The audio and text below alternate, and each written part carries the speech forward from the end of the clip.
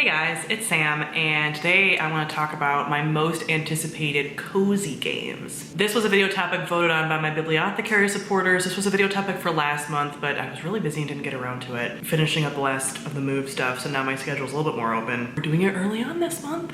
I got to it, I promised I would. I wanted to talk about these games. So every month my bibliothecary supporters get to vote in a poll for a video topic that I will do, and this is the one that won last month. So if you want to contribute to my content in that way, vote on video topics, vote for books that I'll read, participate in the Discord that we have, a bunch of other things, I will leave the bibliothecary on the screen. So I have 8 most anticipated cozy games. These are all on usually multiple systems, but at least either PC or Switch. Those are the 2 platforms where I play cozy games, primarily Switch, honestly, for a lot of them. But I now have a PC, so I'm open to that as well, but check out to see if it's available on your system. Some of them also will eventually release on other systems. Also, you're gonna notice a trend in most of the games that are cozy games that I'm interested in. If you are new to the cozy game genre and you're like, what the heck is a cozy game? It's exactly what it sounds like. It is a cozy, nice, warm experience. Probably nothing too tense, nothing too intense, more about the experience of the story, the art, something you can sink a lot of time into. So think Stardew Valley, Animal Crossing, all of those are cozy games. Are you gonna see a lot of games that are sort of inspired by that? Probably yes. I'm gonna get it out of the way. Haunted Chocolatier and the Witch one? Witchbrook? Those are some of my most highly anticipated games. We don't have release dates for those though. These are all games that are supposed to come out in 2022. So we're actually gonna get them. Witchbrook and Haunted Chocolatier are 2 sort of like witchy sim games. We don't know when they're gonna come out yet though. So I'll talk about those more in the future as we get more like release information. So I have 8 different games to talk about. The first one is Sunnyside. Sunnyside is a JRPG farm sim. So if you are familiar with JRPGs, it's a Japanese role-play game. They have a certain look to them in the art style, and this is exactly what that is. So if you take something like Stardew Valley and you put it in the art style of a JRPG, that's what this is. That's it. That's all I care about. You get to have romances, you get to create a farm, cultivate a little town. There's gonna be repeated themes here in a lot of these games. The second game is Sunhaven. This is currently on early access, I think, which I still don't quite know what early access means. I know I could literally Google it, but like it's available on Steam right now. You can play it on the PC, but I guess it's still like semi being developed. Anyway, this is another fantasy farm sim. I've seen some people play this. It looks super cute. So instead of being human, it's all like fantasy creatures. You get to build yourself a little like fantasy creature, and that's who's running the farm stuff. So there's more of a magical tone to this because it's a fantasy farm game. Next, we have arguably the one I'm the most excited about. I mean, I'm excited about all these, honestly. This one's really, really high up there, and that is Palia. This is an MMO cozy game. I think it's only gonna be available on PC, maybe potentially other systems later.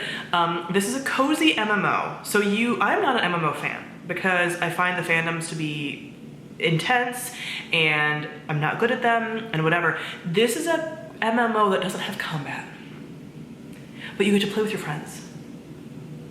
And it's cozy and it's beautiful. And it's gonna, I think, hopefully cultivate a really nice fandom. I could dump so many hours into this, honestly. This could give me, the only MMO that I've played for a short amount of time is Elder Scrolls Online years ago. And because you could do that kind of separately, like you can play the MMO part or not, and I think that's gonna be similar to this, that made me happy. This is, I think, gonna give me a similar vibe. A cozy MMO, y'all. I cannot wait. Next is Potion Permit. This looks so cute.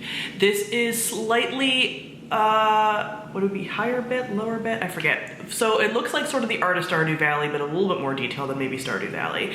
It's that kind of sim. So it's not a farm sim, it's like an alchemist sim. Essentially, you are gonna be the town like alchemist doctor person, potion maker. Something has happened and in the town people are like getting sick or whatever, and you have to help them. So you create potions to heal people and things. You diagnose ailments and things. I think this is such a cute twist on like the regular farming sim. So you'll be like getting ingredients for alchemy for potions. So cute. Next we have the Garden Path. This is a gardening sim. It's a slice of life gardening sim. This one also is really pretty in like the very, very pretty visual art. but you discover a long forgotten garden and then you cultivate that. It's like a garden in the forest. And there's a town, because there's always a town. I do believe most of these, I don't know about Potion Permit or Sunhaven. I do believe Sunnyside and Garden Path have dating in them, not sure. This is the only one that ventures a little bit from the list, and that is Nightingale.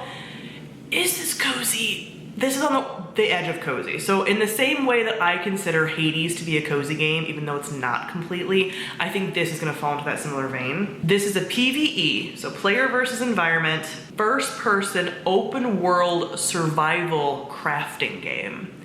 And it's kind of like a steampunk setting and atmosphere.